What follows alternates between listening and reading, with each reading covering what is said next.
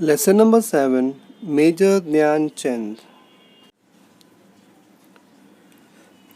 Saturday, 15th August 1936.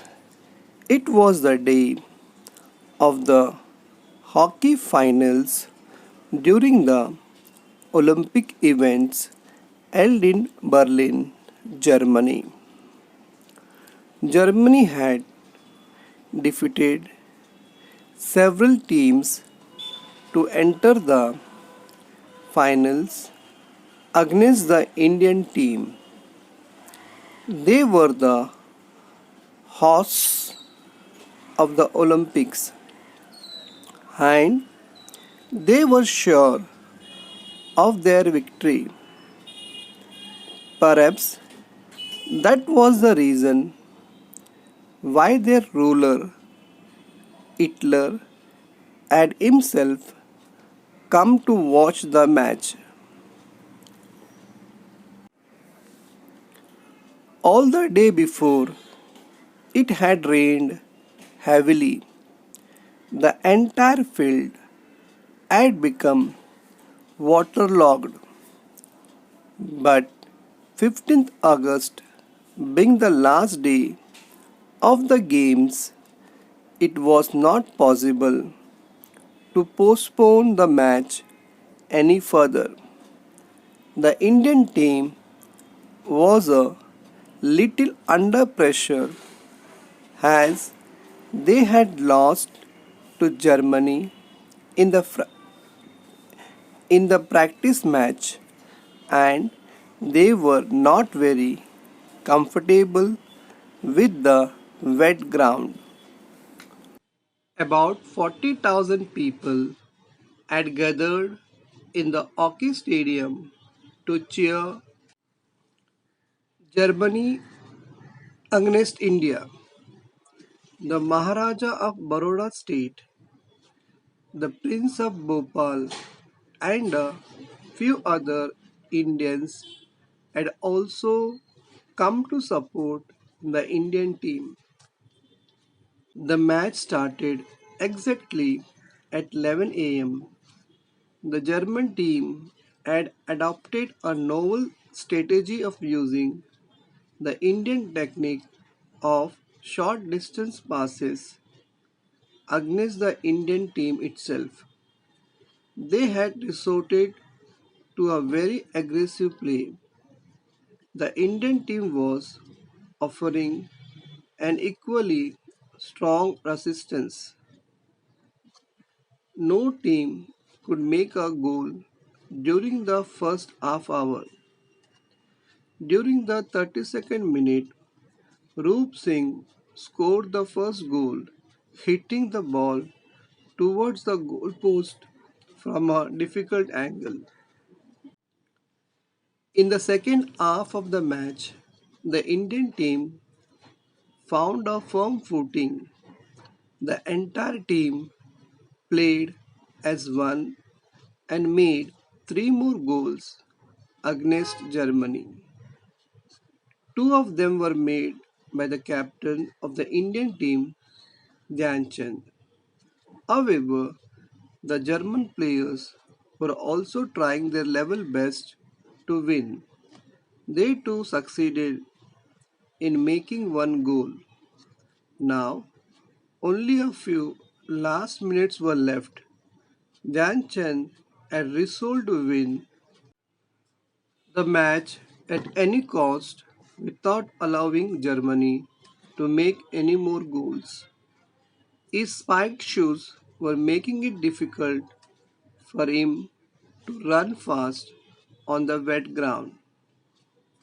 He removed the shoes and the socks and began to run barefoot.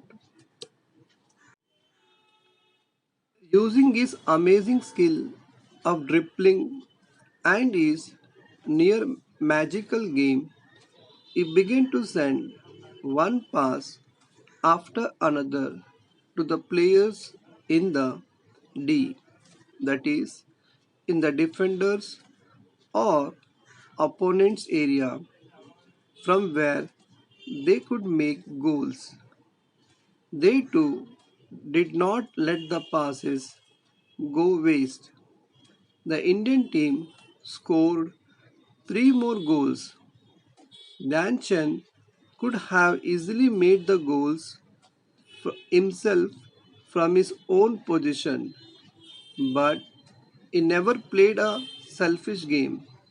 Skillfully, he took the ball away from the German defenders and made it possible for the players in the D to score goals. The German strategy had proved fruitless. A defeat stared them in the face.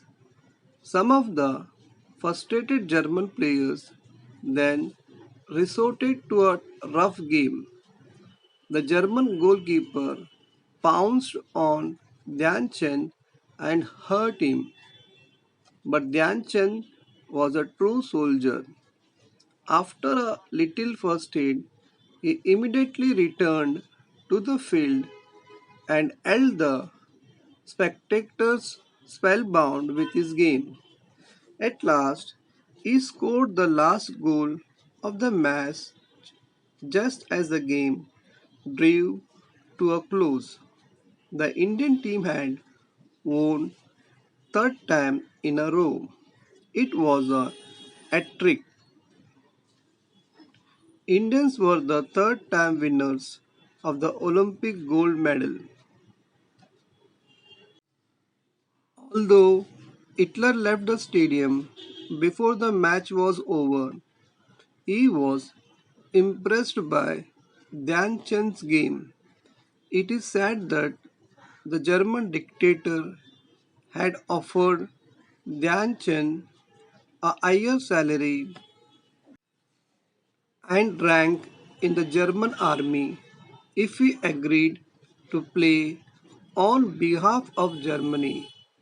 But Dhyan Chand turned down the offer after the celebrated victory in the Olympics. Hitler awarded a special gold medal to Dhyan Chand. You may be aware that hockey is our national sport. Major Dhyan Chand's birthday, August 29, is celebrated as National Sports Day in India. The famous National Stadium in Delhi is named after the great hero Dhyan Chand. Who knows, perhaps one of you may carry the legacy of Dhyan Chand further and win great glory for our country. Adapted from Major Dhyan Chand by Sanjay Dudhane, sports writer.